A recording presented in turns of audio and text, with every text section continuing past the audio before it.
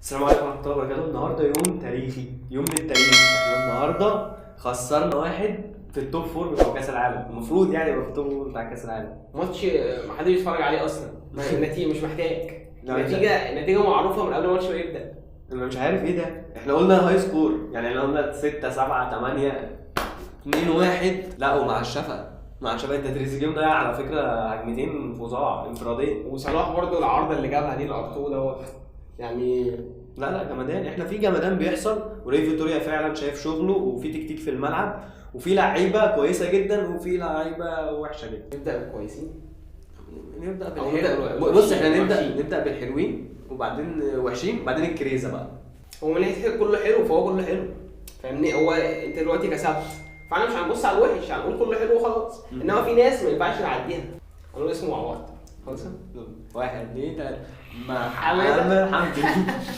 هو محمد حمدي حاجه فظيعه بصراحه يا جماعه. باك صراحة. شمال يعني قليل جدا على منتخب مصر. هو فتوح تقريبا مصاب تقريبا، فهو يعني انا اللي كل شفته حلو ان هو ايه بيبني هجمه بس، وبيبني هجمه اللي هو ايه بينقل الكوره في خط النص. يعني هو بينقل الكوره في خط النص، لكن هو مش بيبني هجمه مثلا اللي هو والله لو عمر جابر كان احسن منه بكتير. بس هو طبعا مش فتوح، فاحنا بنتكلم انما فتوح موجود ما كانش حد هيفكر اصلا في حوار الباك الشمال ده. لكن لو هنيجي نتكلم عن دفاع، وكان مدافع كويس جدا النهارده علي جبر يا جماعه. علي جبر كان اندر ريتد جدا، كان مدافع. يعني ما انت ما تبقاش فاهم انت جبت كده ده من امتى يعني. انت جبت كل ده امتى؟ هو كان كويس زمان، بعد كده عدت عليه فتره من ساعه ما راح بيراميدز هو متوسط، بعد كده بقى وحش قوي، بعد كده مره واحده اما فيتوريا شافه بدا بقى ايه يرجع بقى شغل المنتخب شبه ايام زمان. اللمسه بقى اللي احنا لاحظنا ان هي ما بقتش موجوده خالص. هو اوبا طوح اه ادي حجازي، يلا طوح حجازي يا جماعه. بقى بيباظ الكوره عادي لخط النص بتاعنا، بيلعبوا تحت ضغط شبه الاهلي كده. لو الفرقه كلها عندك في ال 18 هتلعب 1 2 هتطلع الهجمه، لا هتطوح وخلاص. شبه معجزي كان بيعمل. لا والشناوي احنا لو هنيجي ناخد خط مثلا، فاحنا هنقول الشناوي 10 على 10. الشناوي شال انفراد شوطه من بعيد. ايوه والشوطه بتاعت فراسكو، الشوطه بتاعت هي اوفسايد بس الصراحه لا لعيب شال يا عم شال. انت بص انا عايز اقول لك على حاجه، اي فرقه في الدنيا انا تمام، انا كحارس مرمى هعمل شغلي وهشيل الكور، بس انا لازم الاقي حاجه قدام. صح. يعني انت ما ينفعش يبقى انا عمال شايلك وانت قدام مفيش. هو مهما كان الحارس جامد ومهما كان في توفيق ومهما كان في حظ، هيجي برضه كور خلاص. في ماتشات مش هينفع، خلاص واقفين في الجون، الكوره هتخش الجون خلاص. في ماتشات مش هينفع، في ماتشات هيقف عندها الرزق دوت وهيقف عندها الحظ ده، شبه ما احنا شفنا الماتشات اللي وقف عندها يعني النهائي والدنيا. مش عايزين نرجع للحاجات دي. الكور اللي هي صعبه تصد شبه الجون اللي جاب فينا ده صعب يتصد. اللعيب لازق في الحارس، لازق في الجون، فهو مهما عمل خلاص. هو خطأ دفاعي بسبب طبعا تبديل، ولسه بقى ايه اسامه جلال لسه بينزل ولسه بيشوف الملعب ومش عارف ايه وبتاع، وعلي جبر لسه طالع واصابه فحته التوتر ديت هي اللي خطفتنا. بس احنا كريتم المباراه احنا لعبنا ريتم كويس جدا. انت الشوط الاول خارج الدقيقه 35 1-0 تمام. الشوط الثاني بدا انت الدقيقه 50 2-0. اول مره نشوف المنتخب شخصيا من زمان، او من ساعه شحاته، حسن شحاته الصراحه. وان شاء الله هنبدا نرجع تاني. نخش بقى في الخط اللي بعده، خط الدفاع يا جماعه. كان بتاع كريم الشناوي كام؟ الشناوي هو جامد 10 اديله 9. هو الصراحه اللي بياخد 10 ده لازم يبقى واحد كده 9 حلو. يعني ماشي انا اديله 10 برضه. ماشي. حجازي وعلي جبر. حجازي طبعا كان كويس، واحلى حاجه ان هو ايه زي ما حد قال ان هو ما طفش وكان بيبني هجمه، نديله مثلا ايه 8. وعلي جبر نديله ايه 9 عشان الصراحه شال كذا كوره وكان فايق جدا. انا بالنسبه لي انا شايف ان حجازي لعب الماتش حلو جدا وكده ممكن اديله مثلا 8.5. شفت الكوره لما اقول لك كان هيشوطها لسه بيرفعها من فوقيها جاي اخدها. لا دي هندس. لا بس هي هاند فعلا. انا شايفها هاند يا جماعه. يعني انا شايف ان هم دي الصراحه بتفرج في حته الاشاره ضايعه خالص، فما شفتش فاحنا لو هنيجي نتكلم لا هو يعني انا ادي مثلا حجازي اديله 9 ماشي، وعلي جبر اديله 8.5 عشان ما كملش. هو كان اخره لغايه الدقيقه مثلا 65 70 لا بس ما شفتش غلطات، فاهم انت؟ ما شفتش غلطات فادحه. يعني الغلط هو غلط ممكن حد يلمه بعديك، لكن كغلط ان انت ايه يعني مثلا زي ما حصل في كاس العرب او زي ما حصل في اي ماتشات قبل كده، ان انت تلاقي مثلا انفراد لاعب لوحده، تلاقي مثلا ايه رفعه ما حدش بينط عليها، تلاقي مش عارف ايه، وانت عندك عمارتين، انت عندك علي جبر وعندك حجازي، وكان عندك الونش مش موجود، الونش، وعندك كمان الونش. كل الحاجات ديت انت ما بتعديهاش. دلوقتي انت ما بتعديش حاجه، انت كله بيطلع على بره على طول، وعلى بره ايه مش بره اوت، انت بتطلع تبني هجمه. يعني انت بتطلعها بره، محمد صلاح ممكن يستلم، عندك مصطفى محمد ممكن يستلم، تريزيجيه بيبقى بيستلم. ودي قصه تانية انا عايز اتكلم فيها، ان احنا بقى عندنا خطوط ثابته، خط هجوم كل واحد بيتمركز في خط نص دفاع، مش ال 11 بيهاجموا، ال 11 بيدافعوا. وما كانش عندنا بقى حته الهجوم اصلا، احنا كان ال 11 بيدافعوا. خش على الباكين، اكرم هديله 8 صراحه، عشان كان تحس انه كان بيلعب راجل. لا كراسكو اكتر ما هو راجل يعني، بس كراسكو عدى منه. ما مش عشان هو كراسكو. فهي هو ايه جوده لعب.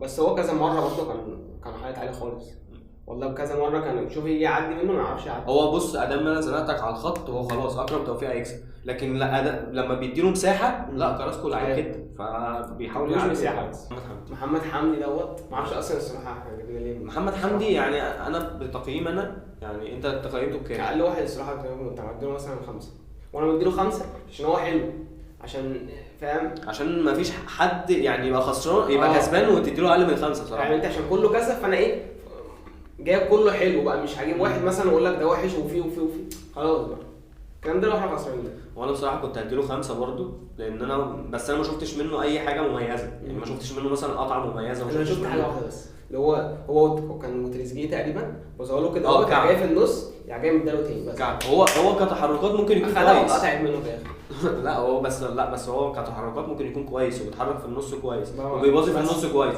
دي ممكن ندي عليها 5. لكن انت شغلتك الاساسيه انت باك، انت شغلتك الاساسيه اللي انت تدافع، مش شغلتك ان انت ماشي تحرك لعب وكل حاجه، بس تحرك لعب اللي قدام وتدافع.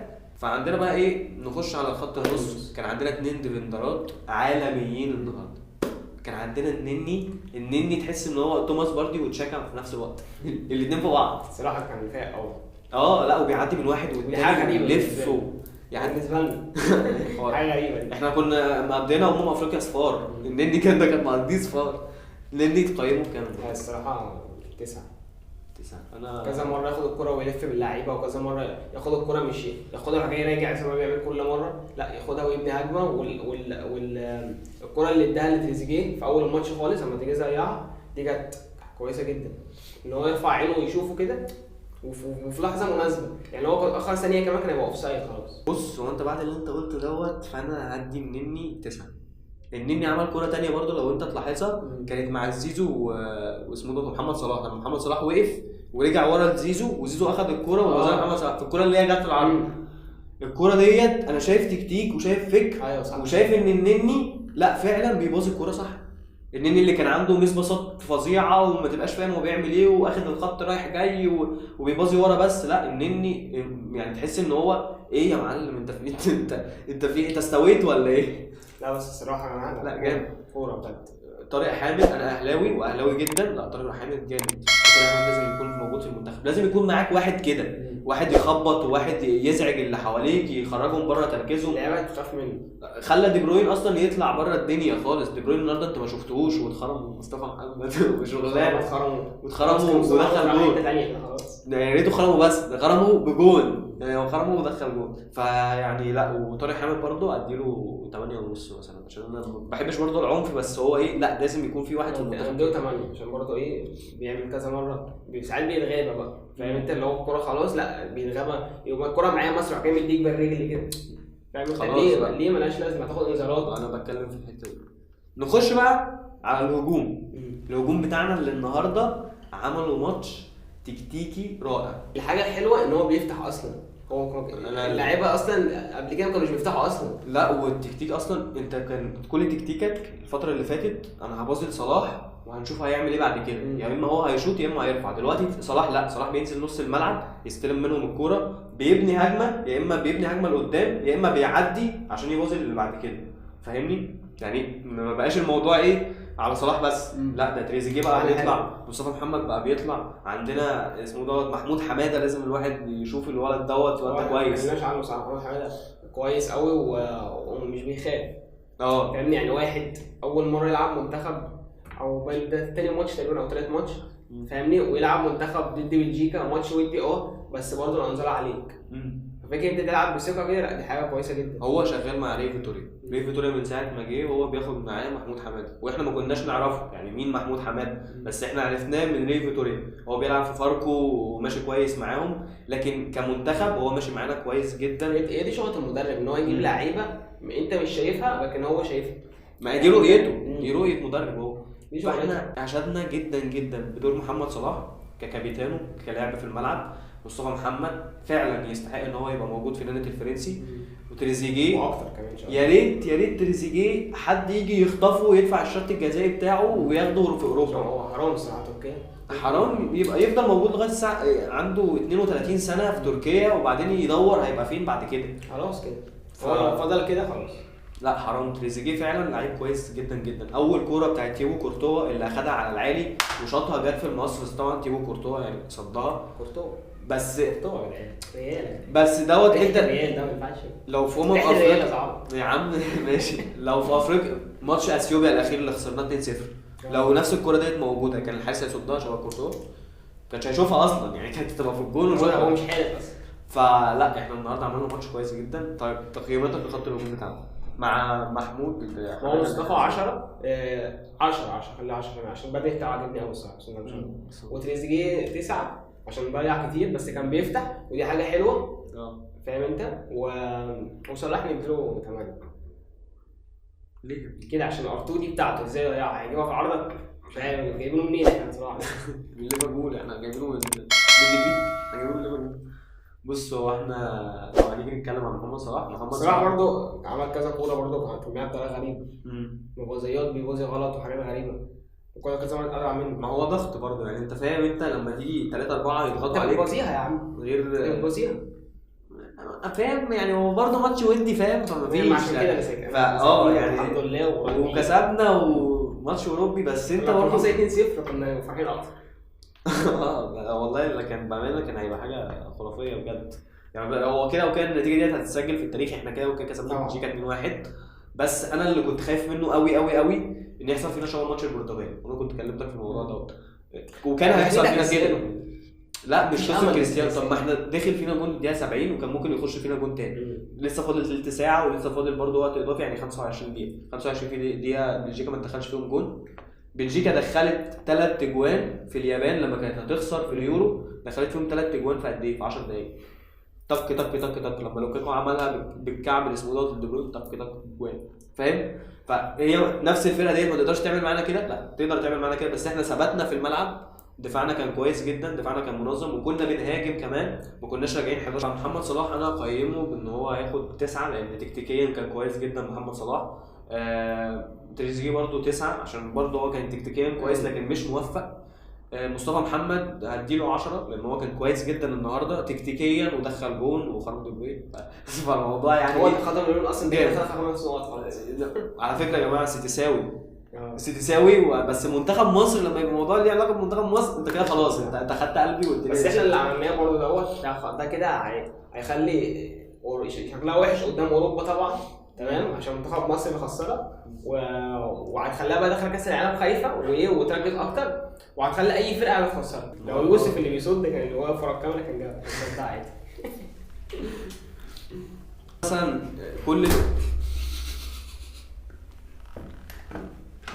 محسود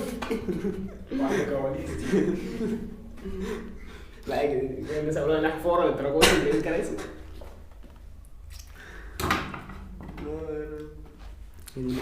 خلي بالكم نزحلق من بدري بس مسك نفسه.